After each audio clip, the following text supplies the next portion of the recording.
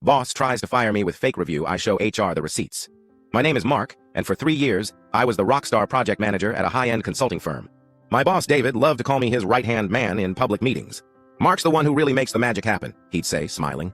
But in private, he was a ghost, a slick political manager who was brilliant at taking credit and delegating blame. I always knew he felt threatened by me, but I figured if I just kept my head down and worked hard, my results would speak for themselves. Then came the restructuring.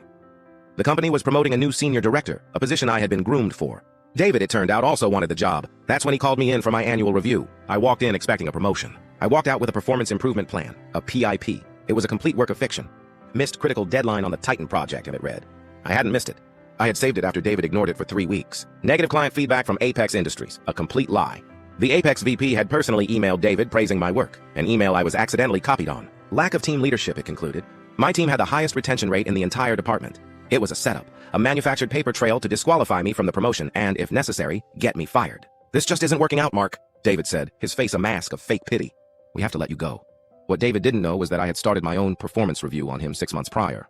After he stole credit for my first big client save, I started keeping a private folder. I had every email where he'd asked me to handle an angry client he'd ghosted. I had the original project plans he'd approved, which I later had to fix. And most importantly, I had the real client feedback emails, including the one from Apex Industries.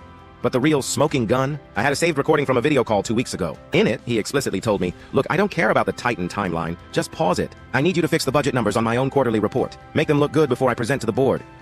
He walked me to an HR meeting, that fake review in his hand. As you can see, he said to the HR director, Mark's performance has been catastrophic. We have no choice but to terminate his employment. He leaned back, smirking, already imagining his new senior director title. The HR director looked at me, her expression grim. Mark, this is very serious. Do you have anything to say? I do, actually, I said calmly. I pulled out my own folder and a USB drive. David, you're right, this review is catastrophic. But it's also fraudulent. I handed the HR director the real Apex Industries email. This is the negative client feedback David mentioned. Then I handed her the printout of his chat messages. And here is the missed deadline, which was actually a direct order from David to pause my project so I could correct his reports for the board. David went pale. This is out of context. You can't just... And finally, I said, plugging the USB drive into the monitor, here is the audio recording of David telling me to make the numbers look good, which I believe is a direct violation of company policy and potentially other things. I pressed play. David's voice filled the silent room, arrogant and clear. The HR director didn't even look at him. She just picked up her phone. Yes, I need to speak to legal and the VP of our division, immediately. I was placed on paid administrative leave for exactly 48 hours.